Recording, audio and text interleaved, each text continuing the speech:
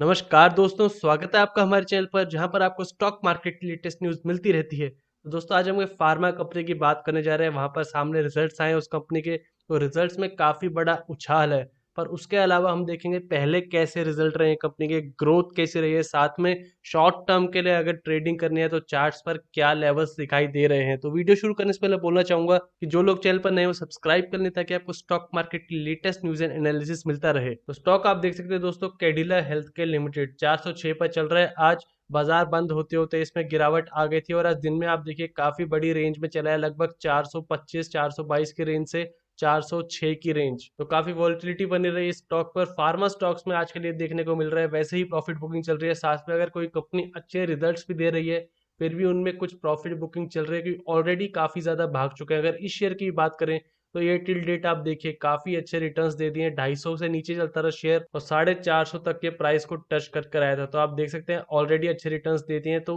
अगर out of the box result नहीं आते हैं तो जरूर एक प्रॉफिट बुकिंग होती है। तो चलिए रिजल्ट देखते हैं पहले क्या है। तो यहाँ पर सारे नंबर मिलियंस में दे रखे हैं, तो हम करोड्स में कन्वर्ट करके बात करेंगे, quarter on quarter and year on year compare करेंगे। तो यहाँ देखिए टोटल इनकम जो है एक हफ्ते की वो है 3847 करोड़ इस क्वार्टर में, जो पिछले क्वार्टर में 3662 करोड़ थी और लास्ट ईयर सितंबर क्वार्टर में 3393 करोड़। तो एक अच्छा खासा उछाल देखने को मिल रहा है हमें ईयर ऑन ईयर कंपनी की टोटल इनकम में। एक्सपेंसेस हटा लिए जाएं तो टोटल एक्सपेंसेस हो जाते हैं कंपनी के 3181 करोड़ के। तो यहाँ पर हमें profit before exceptional item tax and share of joint ventures profit से आ जाता है 666 करोड़, जो 400 करोड़ था लास्ट ईयर इसी स्टेज पर। अब यहाँ से एक्सेप्शनल आइटम हटा ले जाए तो ये नीचे देखेंगे कि क्या है एक्सेप्शनल आइटम। तो 132 करोड़ के अमाउंट हटाई जा रही है, उससे 534 करोड़ कंपनी का स्टेज पर प्रॉफिट आता है, जो लास्ट टाइम 122 करोड़ था। तो यहाँ पर भी एक्सेप्शनल आइटम थे 278 करोड़ के, जिन्होंने कंपनी के नेट प्रॉफिट में काफी रोल निभाया था। 278 करोड़ के एक्सेप्शनल आइटम माइनस हुए थे कंपनी से और इस बार भी 132 करोड़ के हो रहे हैं। तो आगे दिया हुआ है कि किस चीज के हैं ये 132 करोड़। यहाँ पर अगर टैक्स एक्सपेंस हटा लिया जाए और जॉइंट वेंचर से प्रॉफिट ऐड कर लिया जाए, टोटल नेट प्रॉफिट आप देखिए 11th कॉलम में 473 करोड़ रहा है कंपनी का, जो पिछले क्वार्टर में 454 करोड़ था। तो already quarter on quarter increase मिला है। पर लास्ट ईयर आप देखिए नंबर 107 करोड़ था। तो 4 गुना से ज्यादा बढ़ गया है कंपनी का यहाँ पर प्रॉफिट अगर ईयर ऑन ईयर देखा जाए तो। और वहीं अगर हम एक्सेप्शनल आइटम से पहले की स्टेज भी देखें तो आप देख सकते हैं इस बार 666 करोड़ था ये नंबर, जो लगभग 400 करोड़ था इस स्टेज पर। तो यहाँ पर हमें रेवेन्यू में ज्यादा इंक्रीज देखने को नहीं मिल रहा है, पर जितना profit before tax special item में देखने को मिल रहा है उससे ये पता लगता है कि कंपनी ने एक्सपेंसेस कम किया और साथ में अपनी मार्जिन थोड़े इंक्रीज की हैं। तो अर्निंग पर शेयर की बात करें तो आप देखिए 4.62 हो गया है 1.05 से बढ़कर। तो साफ सी बात है 4 गुना से ज्यादा बढ़ गया है कंपनी का प्रॉफिट। तो यहाँ पर हमें ईपीएस में भी अच्छा खासा उछाल देखने को मिल रहा है। सेगमेंट वाइज देखें तो कंपनी के दो मेन सेगमेंट है, पहला फार्मास्यूटिकल्स और दूसरा कंज्यूमर प्रोडक्ट। तो फार्मास्यूटिकल सेक्टर से मेजर रेवेन्यू है कंपनी का 3478 करोड़ का और बाकी 342 करोड़, लगभग बाकी 10% आया है कंज्यूमर प्रोडक्ट साइड से। और प्रॉफिट देखा जाए तो फार्मास्यूटिकल सेक्टर ने 673 करोड़ का प्रॉफिट दिया है और वहीं कंज्यूमर प्रोडक्ट में लॉस हुआ है कंपनी को लगभग 7 करोड़ का। तो आप देख सकते हैं सिर्फ फार्मास्यूटिकल सेक्टर ही बूम पर है, जो कंपनी का मेजर रेवेन्यू भी लाता है। यहाँ पर आप देखिए लास्ट क्वार्टर में 83 करोड़ पॉजिटिव में थे कंज्यूमर प्रोडक्ट, जिसकी वजह से रेवेन्यू बढ़ गया था। तो यहाँ पर नेगेटिव साइड दी है कंज्यूमर प्रोडक्ट ने। यहाँ पर अगर ये नंबर्स भी इंक्रीज हो गए तो एक और अच्छा बड़ा उछाल देखने को मिल सकता है हमें कंपनी की आगे वाली परफॉर्मेंस में। एक्सेप्शनल आइटम की हम बात करें तो एनसीडीज पर जो प्रीमियम था उसकी वजह से कंपनी को 132 करोड़ देना पड़ा है, तो वो एक्सेप्शनल आइटम में ऐड हुआ है। और लास्ट ईयर जो हमें 278 करोड़ का कंपनी के पास एक्सेप्शनल आइटम था वो कंपनी का प्रोडक्ट लेवोरफेनॉल, उसके ऊपर जो इम्पेयरमेंट चार्जेस थे जो उसकी वैल्यू में घटौती हुई थी उसकी वजह से 268 करोड़ माइनस किए गए थे। तो ये दो नंबर देख सकते हैं आप जिन्होंने काफी इंपॉर्टेंट रोल निभाया इस सितंबर क्वार्टर में और लास्ट सितंबर क्वार्टर में भी।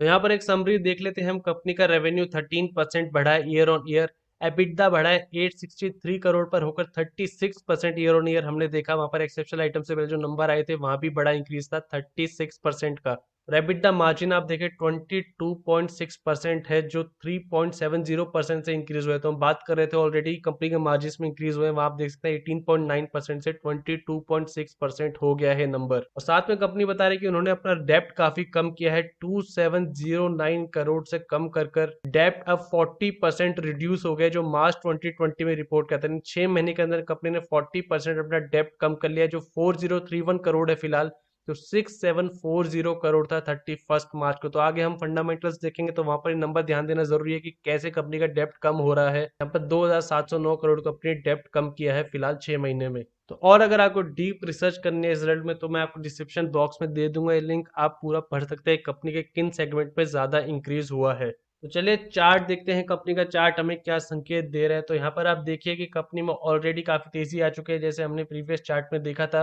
अब उसके बाद एक टाइप के चैनल में चल रही है कंपनी। आप देख सकते हैं अपवर्ड ट्रेंडिंग चैनल है जहां पर चैनल के हाई को छूकर कंपनी लोस की तरफ आती है। तो फिलहाल एक गिरावट जरूर आई है कंपनी में 445 के लेवल से, और यहाँ पर जिस लेवल पर अब कंपनी स्टैंड कर रही है जो 410 का लेवल, आप राउंड ऑफ करके +-2 या 3 पॉइंट्स कर सकते हैं। तो ये लेवल अगर ब्रेक होता है तो यहाँ से जो अगला सपोर्ट दिखाई देता है, अगर ये लेवल ब्रेक होता है, सस्टेन नहीं हो पाता है, हालांकि आज जो क्लोजिंग हुई है वो इस लेवल के ऊपर हुई है, कंपनी 404 तक आ गई थी। तो यहाँ पर 375 से 380 के बीच का लेवल दिखाई देता है जहां पर कंपनी आ सकती है अगर ये लेवल ब्रेक हो जाता है तो। और आप ये रेक्टेंगुलर बॉक्सेस देख रहे होंगे तो आप देख सकते हैं कंपनी की टाइम साइकिल है जो लगभग 2 से ढाई महीने की। आप देख सकते हैं पहली साइकिल में शेयर प्राइस क्लोज किया, फिर अगली सेम टाइम पीरियड की साइकिल में एक तेजी आई।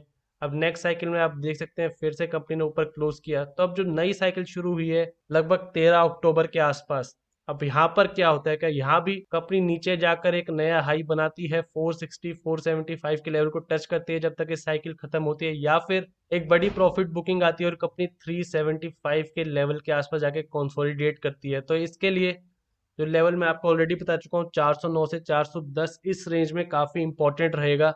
और अगर ये लेवल ब्रेक होता है 375 के लेवल जरूर आ सकते हैं, हालांकि बीच में ट्रेंड लाइन सपोर्ट मिल सकता है कंपनी को। अगर यहाँ सपोर्ट ले लिया कंपनी ने 398 से 400 के बीच में तो फिर ये चैनल में कंटिन्यूएशन हो सकती है, कंपनी फिर नए हाईस बना सकते हैं 445 416 लेवल्स का।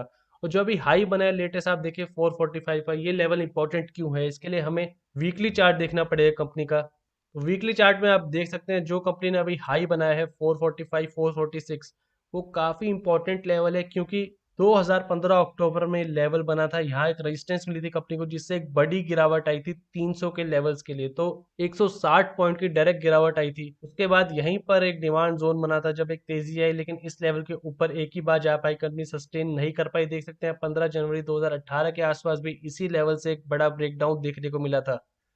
तो हिस्टोरिकली आप देख सकते हैं 446 का लेवल बहुत इंपॉर्टेंट है। तो अगर अगली तेजी चाहिए बड़ी कंपनी में जहां पर अब रिजल्ट तो अच्छे आए, तो अगर बड़ी तेजी चाहिए तो 445 415 लेवल को ब्रेक करना पड़ेगा, तब कंपनी में एक नई तेजी आ सकती है 509 510 के लेवल्स के लिए। तो यहाँ पर डेली चार्ट और वीकली चार्ट पर आप देख सकते हैं दोनों में लेवल्स बता दिए मैंने आपको। और अगर इस बार इस लेवल से गिरावट आती है 446 सस्टेन नहीं कर पाता है, कुछ डबल टॉप टाइप सिचुएशन बनती है, तो इस बार जरूर एक भारी गिरावट आ सकती है कंपनी में 350 और 305 के लेवल्स के लिए। तो ये बात आप जरूर ध्यान रखिएगा। अब अगर लेवल्स याद नहीं हुए तो आप दोबारा रिवाइंड करके देख सकते हैं वीडियो की डेली चार्ट और वीकली चार्ट पर क्या बताया है। कोर बिजनेस देखा जाए कंपनी का प्रोडक्ट ब्रेकअप तो यूएस फॉर्मुलेशन से 44% प्रोडक्ट्स हैं कंपनी के, इंडियन फॉर्मुलेशन में 26, यूरोपियन में 6% और बाकी ईएमबी फॉर्मुलेशन में 12%। और यहाँ पर लोकेशन वाइज आप देखिए इंडिया में 45% बिजनेस है कंपनी का, 44% यूएस में और बाकी 11% अदर्स में। तो इंडिया और यूएस में मेजर बिजनेस है कंपनी का लगभग 90%। और ये आप ड्रग के टाइप देख सकते हैं कि एंटी इन्फेक्टिव ड्रग के 15% मार्केट शेयर है, कार्डियक ड्रग्स के 15% मार्केट शेयर, गैस्ट्रो इंटेस्टिनल के 11% और रेस्पिरेटरी के लिए 11%। वहीं पर पेन रिलेटेड प्रोडक्ट्स के लिए 10%, गायनेकोलॉजी के लिए 8% और डर्मेटोलॉजी स्किन के लिए 7% और बाकी अदर्स में 23%। तो कंपनी का काफी वाइड स्प्रेड बिजनेस आप देख सकते हैं कि ज्यादातर सभी रेंज में बॉडी की वहां पर प्रोडक्ट्स मिलते हैं कंपनी के, वही मैन्युफैक्चर होते हैं। तो स्टॉक का पीई चल रहा है फिलहाल 28.9, बुक वैल्यू 101, तो बुक वैल्यू से लगभग 4 गुना ऊपर चल रही है कंपनी। डिविडेंड यील्ड ज्यादा अच्छी नहीं है।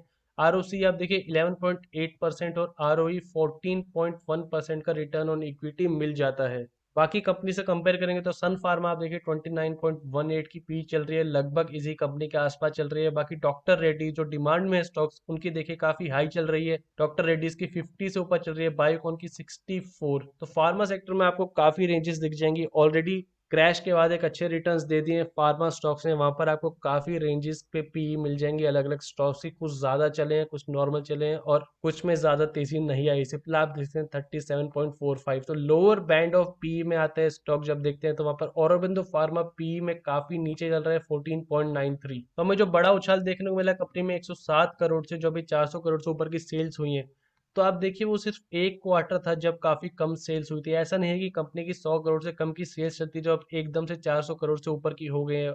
और यही मैं डिस्कस कर रहा था आपसे, जो बताया था एक्सेप्शनल आइटम क्यों इंपॉर्टेंट है, क्योंकि कंपनी ऑलरेडी सितंबर 2017 से अब तक यानी 3 साल से लेकर अब तक ज्यादा ग्रोथ नहीं हुई है। एक बार 500 करोड़ से ऊपर आता था कंपनी का कभी प्रॉफिट, 600 करोड़ तक को टच कर गया था मार्च 2018 में, और वहां से आप देखिए गिरावट आनी शुरू हुई थी और फिलहाल अपनी पुरानी रेंजेस पर आ रहे हैं कंपनी। अभी हमने देखा कि 470 करोड़ के आसपास प्रॉफिट आया है, तो अब पुरानी रेंजेस वापस आ पाती है आने वाले टाइम में, नए प्रॉफिट आने शुरू होते हैं, रिकॉर्ड हाइज बनने शुरू होते हैं, तब हमें इस शेयर में एक उछाल देखने को मिलेगा। और आप देख सकते हैं कि एक नया हाई बनाने के बाद 2015 में जब 445 का लेवल ब्रेक हुआ था, वहां से फिर गिरावट क्यों है, क्योंकि कंपनी ने अपनी कंटिन्यू रखी परफॉर्मेंस। वहां पर अगर तेजी बनी रही तो जरूर फिर 445 से ऊपर के लेवल पर नए हाइज बना सकती है कंपनी। ऑपरेटिंग प्रॉफिट मार्जिन भी आप देखिए काफी इंपॉर्टेंट फैक्टर है, 26% था 2017 में, और अब हमने देखा फिलहाल 22% के आसपास है अभी हमने जब रिजल्ट देखा है। तो ऑपरेटिंग प्रॉफिट मार्जिन में भी जरूर एक गिरावट आई है।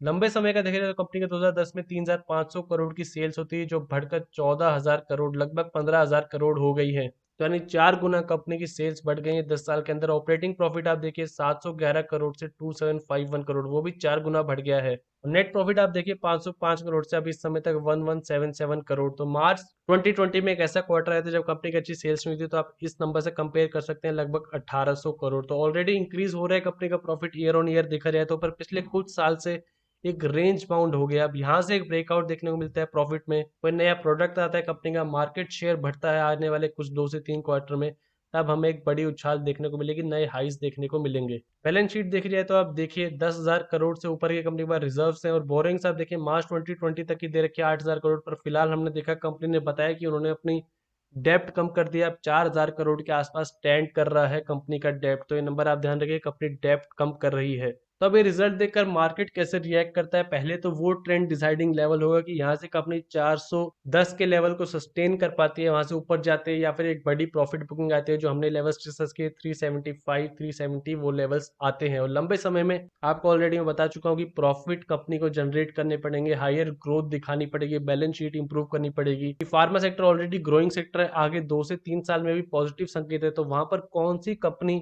ज्यादा मार्केट शेयर ले पाती है, उन्हीं में ज्यादा तेजी आएगी। और ऑलरेडी काफी डाइवर्सिफाइड सेक्टर है फार्मा, जहां पर बहुत सारे स्टॉक्स प्रेजेंट है, बहुत सारे ऑप्शंस प्रेजेंट है इन्वेस्टर के पास। तो आप यही सब देखकर स्टॉक में इन्वेस्ट कीजिए, और ट्रेडिंग के लिए आपके पास लेवल्स ऑलरेडी बता दिए गए हैं। तो ये थी दोस्तों कैडिला हेल्थ केयर से related latest news analysis. Video पसंद आए तो लाइक कीजिए, और ऐसी और वीडियोस के लिए हमारे चैनल को सब्सक्राइब कीजिए।